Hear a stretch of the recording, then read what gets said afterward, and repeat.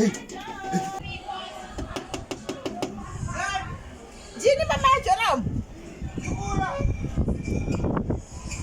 Pika shaman, pika mukadzi wangu auya, pika.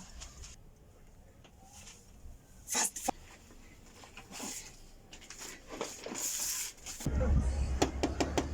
Kwa mufura Joram muri kumboite iko muri kutora nguva yakareba kudaro naye.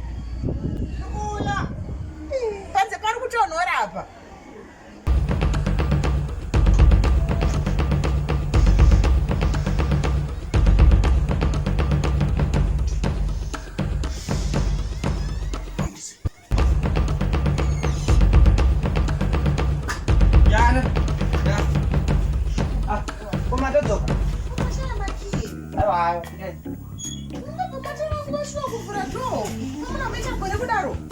Kana mwana ana ndakavata.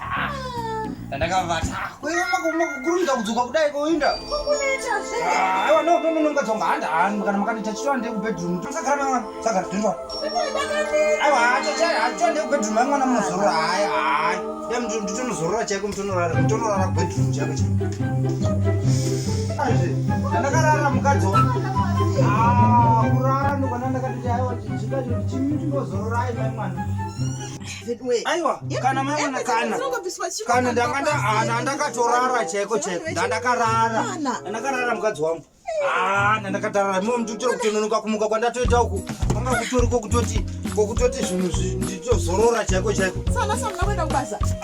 Ndinoda kuti nditobuda izvezvi ndipo kuti nditobuda izvezvi. Zvokwadi hamungakoni. Hamungakoni mai mwana. Saka kwanga kurise ukuku. Handatoda kuti nditobuda ndinde kubasa zvino. Mungambokoni mai mwana. Very sorry. Saka mafamba munobhora rike reminechina kudai. Chero gumbezi racho risina kana mbogadzirwawo zvaro. Agomana. Mapino chaanenge kuitwa upside ball. Wewe vanhu vechirume ini zvangu ini. But hamuna muchina stereki. Hamuna china stereki rega nokurongedza. Munomutsesha. Zvanhu vechirume. Ngotkongote. Asina shure here. Wabongu tembo imiwe.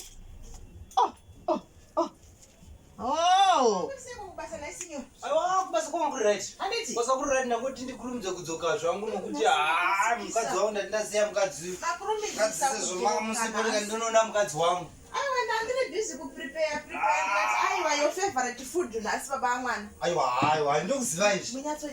Ndokuziva mukadzi wangu kuti unonatswa kugadzirisa zvinhu zvakanaka chaicho. Handabika. Aiwa. Munhu anga ane zvimazivo kasipo so. Ndozviziva kuti pamukadzi ndakanatsa kunatsokuwana mukadzi unondibikira mai wemusana uchada here. Aiwa garai mudyi. Zvacho izvi. Ndakuswederai padhuze. Andamisa fokuzve. Aiwa hai. Unoita zvinhu zvacho unozenga wagoita uchikokanganwa. Pamusoro mudzimai wangu. Baba amwana. Aiwa nyatsodya henyu kuzviponda. Aiwa saka masoro zvakanaka here pano pamba. Taswera zvakanaka ndipo pakutodya wangu wemanje.